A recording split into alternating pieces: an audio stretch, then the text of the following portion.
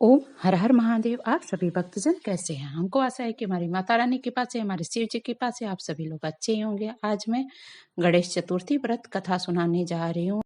एक समय की बात है, एक आदर्श राजा राज्य करता था। राजा अत्यंत धर्मात्मा थे। उनके राज्य में एक सज्जन ब्राह्मण रहते थे। उनका नाम था विष्णु शर्मा। विष्णु शर्मा के 7 पुत्र थे। वे सातों अलग अलग रहते थे। वे विष्णु शर्मा की जब वृद्धावस्था आ गई तो उसने सब बहुओं से कहा कि तुम लोग गणेश जी की पूजा किया करो और गणेश व्रत रखा करो, क्योंकि मेरा वृद्धावस्था आ गया है। विष्णु शर्मा स्वयं भी व्रत रखता था, इसलिए आयु को देखते हुए वो अपना दायित्व अपनी बहुओं को सौंपना चाहता था। सब बहुएं सुन करके मुंह सिकुड़ने लगी कि कैसे मैं व्रत रहूंगी, सारा दिन व्रत रहना पड़ेगा, और अपने ससुर को अपमानित करने लगे। अंत में छोटी बहू थी, वो बहुत धर्मनिष्ठ थी। वह ससुर की बात बहुत मानती थी, पूजा पाठ बहुत करती थी, गणेश जी की पूजा करती थी। इसलिए वह ससुर की बात मान लिया और कहा मैं व्रत रखूंगी, मैं भोजन नहीं करूंगी, आप चिंता मत।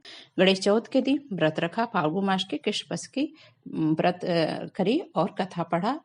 सुबह से शाम तक तो व्रत रही। फिर उसके बाद में शाम को उसके ससुर को उल्टी दस्त लगी। छोटी बहू ने मल मूत्र साफ किए और स्वच्छ कपड़े अपने ससुर को पहनाए और धोया, साफ किया, पोछा। पूरी रात वह बिना खाए पी जागती रहे।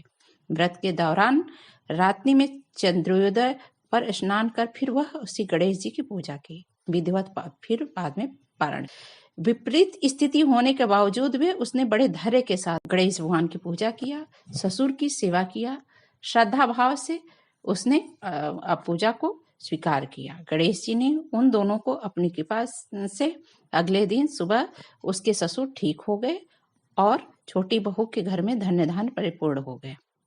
फिर तो अन्य बहुओं को देख के जलन होने लगी और वह सोचने लगी कि इसको कहाँ से धन आ गए। तो वह जाके पूछने लगी, तुम्हारे पास कहाँ से धन आ गए?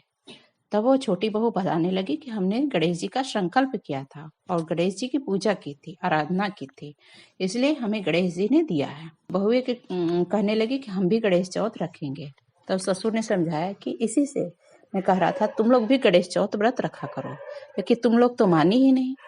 चलो देर से सही, अभी तो तुम्हें अक्ल आ गया, तो ठीक है, अभी से तुम अगले साल जब आएगा फाल्गुन मास के कृष्ण पक्ष की चतुर्थी तो तुम व्रत अवश्य रखने। जब अगले साल जब गणेश चतुर्थी आई फाल्गुन मास के कृष्ण पक्ष की, तो उसने व्रत रखा सारी बहुओं ने, तो उनके घर में भी धन्य धान हो गया। कैसी लगी यह कथा आपको जान के?